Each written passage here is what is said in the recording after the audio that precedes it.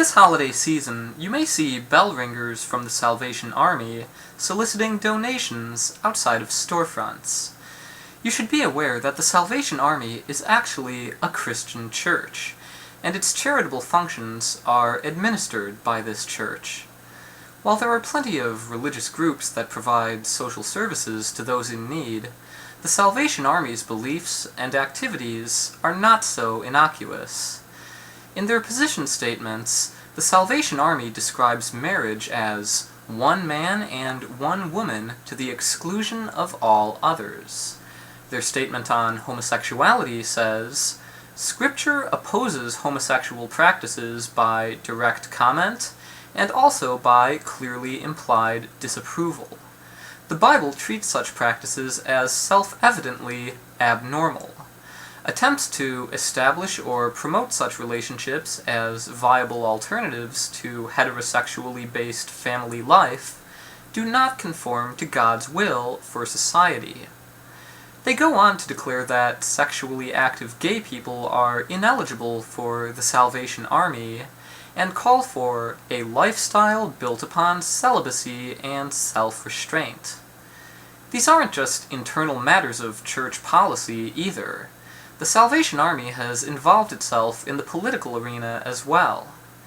In 1986, the Salvation Army of New Zealand assisted in a petition drive against a law to repeal the country's ban on homosexuality. In 1998, the Salvation Army withdrew from $3.5 million in contracts with San Francisco because of the city's requirement for contractors to extend benefits to the same-sex partners of employees. As a result, shelters, food services, and drug rehab programs in the city all suffered cutbacks. In 2000, the Salvation Army of Scotland spoke out against the proposed repeal of Section 28, which prohibited any discussion in schools of the acceptability of homosexuality as a pretended family relationship. In 2001, the Salvation Army extended benefits to the same-sex partners of its employees, only to reverse this policy after outcry from the Christian right. Also in 2001, the Washington Post reported that the Salvation Army had been in discussions with the Bush administration, which had committed to issuing a regulation exempting the Salvation Army from any state or local laws that prohibited employment discrimination based on sexuality. The administration refused to issue such a regulation after their dealings were publicly exposed. In 2004, the Salvation Army in New York City once again threatened to close all of its services in the city due to a law requiring contractors to provide equal benefits to same-sex partners.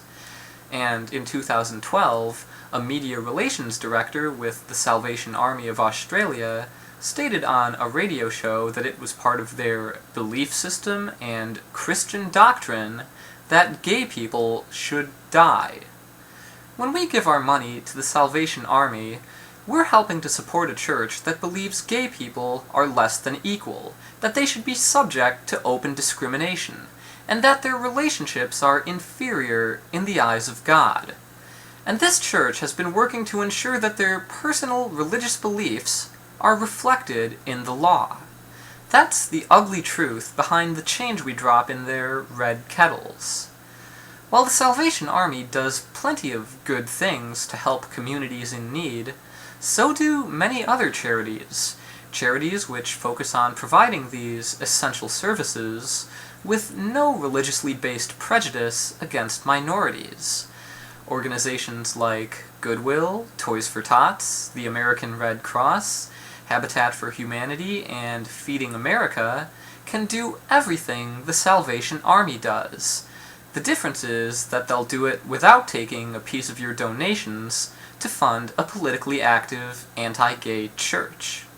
Sure, it might be easy to drop some money in a bucket, but it should be just as easy to do the right thing.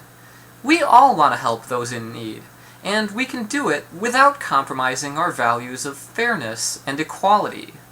This season, Let's help out those charities that are willing to respect everyone just the same.